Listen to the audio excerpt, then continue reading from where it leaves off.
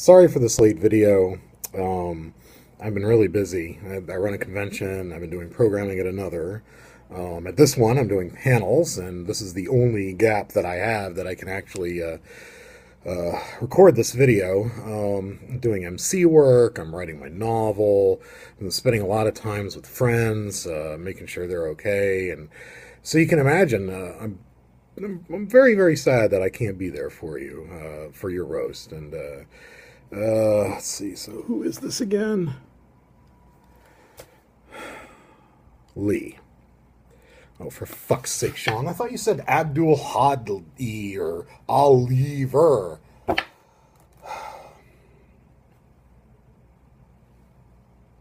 Fine.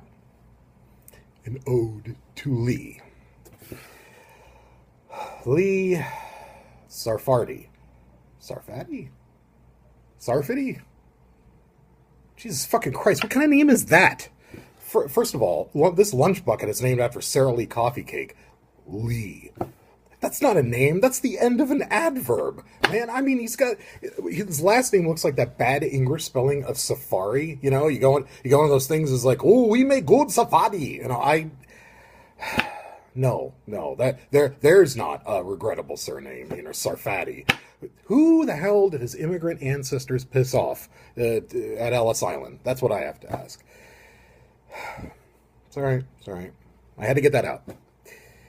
Lee. He's not even Chinese. I mean, God damn, he had shitty parents. Well, all right. Let's start from the beginning. All right. First, I met him in America Online, as many of you know. Actually, I met his parents at America Online. They were in accounting, and I thought it was surprising that two accountants could have kids, you know, because they're so literal and everything.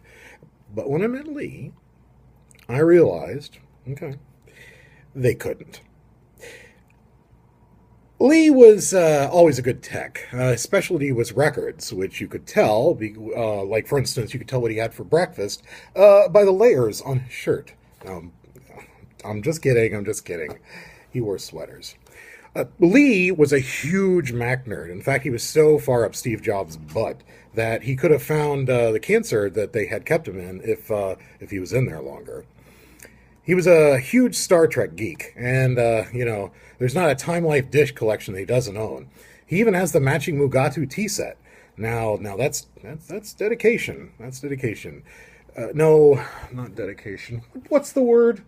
Pathetic. That's the word that I'm looking for. His best friend was Bob Palmieri. The two of them were inseparable. Often it took a crowbar and some lube. But enough about Lee's sex life.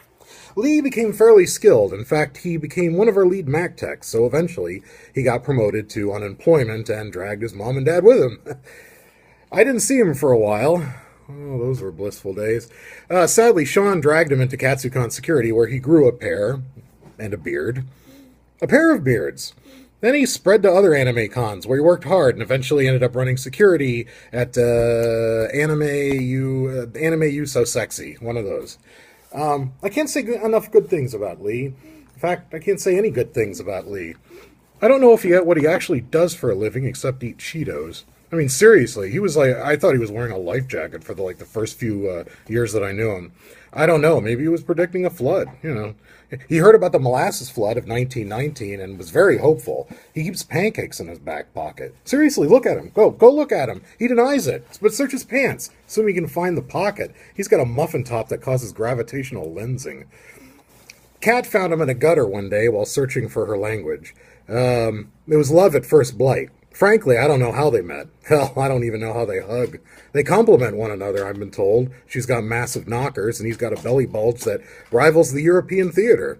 I assume the Discovery Channel had a special about it that has that Aliens guy narrating, you know. Aliens. Think about it. Those two have sex. They don't so much spoon as grain scoop. I try not to think about it because Kat will hit me.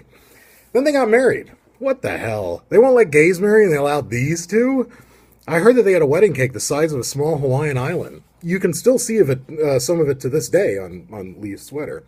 They were registered at Hershey's and Godiva. Utz had a 7-point stock jump that day. No, but I kid Lee because I love him, and I saw him grow him up from a whiny, pathetic kid to a whiny, pathetic man. Happy birthday, Lee. Sorry I couldn't be there, but I had to explain to cosplayers why some people should never wear spandex. Oh, and there's an email in your box about spandex that you should read when you have a chance. But that being said, I hope you enjoy your celebration of another revolution around the sun and someday move out of your parents' basement. And if anything I said upsets you, I only do it for the love, and if that doesn't work, remember, Bob Palmieri died, and you didn't. Happy birthday, Lee.